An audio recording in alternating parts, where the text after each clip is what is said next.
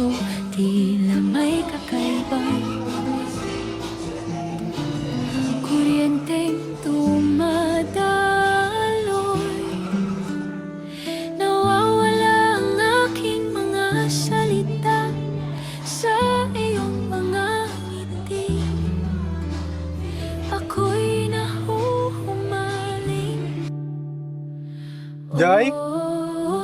Joy? O bakit? Nag-ano ka? Nag-aasikaso lang. Bakit? Di ko alam kung magbibihis na ba ako. Bakit? Wag na, okay pa naman yan ah. Bakit nandito ka? Pwede ba akong umupo? Oo. Gusto lang sana kitang makausap ng private eh. Okay ka lang ba? Okay lang. Nalamig ka? Hindi, wag na. Okay lang. Okay lang. Nilalamig. Wag na. Sure ka? Oo, wag na. Sige. Thank you pala kanina. Kasi simula kanina umaga, nandyan ka. Mas ang dami mong ginawa ngayong maghapon. Wala yun. Kulang pa yun. Di ba nga? Gusto kitang ligawan.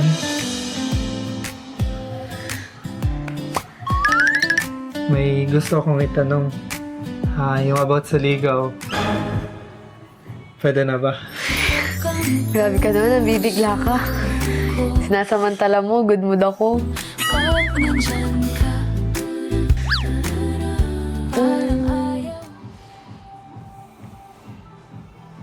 Sige, payag na. Oh, tumitibok, Ito ba? tumitibok ang puso ko. Pag nandyan ka. Thank you, Joy. Ay, Ligaw pa lang. ligaw pala. Damig nung ano.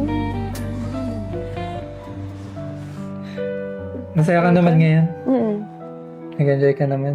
Sobra. Thank you kasi winelcome mo din ako sa buhay mo.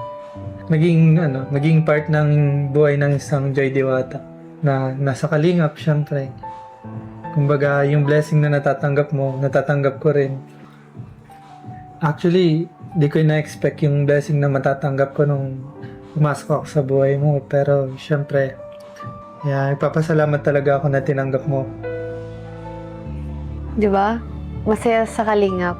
Sabi ko naman sa iyo. Yun nga lang, minsan may mga bashers.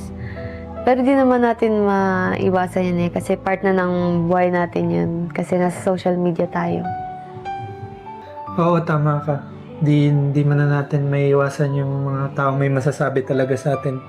Pero mas importante is magkasama tayo. Ang kalingap, masaya tayo sa loob. Nagkakaintindihan tayo. No, tara na doon. Baka hinahanap na tayo sa baba. Wait lang. May gusto akong sabihin sa'yo. Alam mo, gusto ko sabihin to sa'yo ngayon kasi syempre, special na araw din. Gusto ko sabihin sa'yo na gusto ko din alam mo na seryoso. Oh, tumitibok, tumitibok ang puso Baliw. ko. Tara na nga. Pag Kung ano ang sinasabi mo.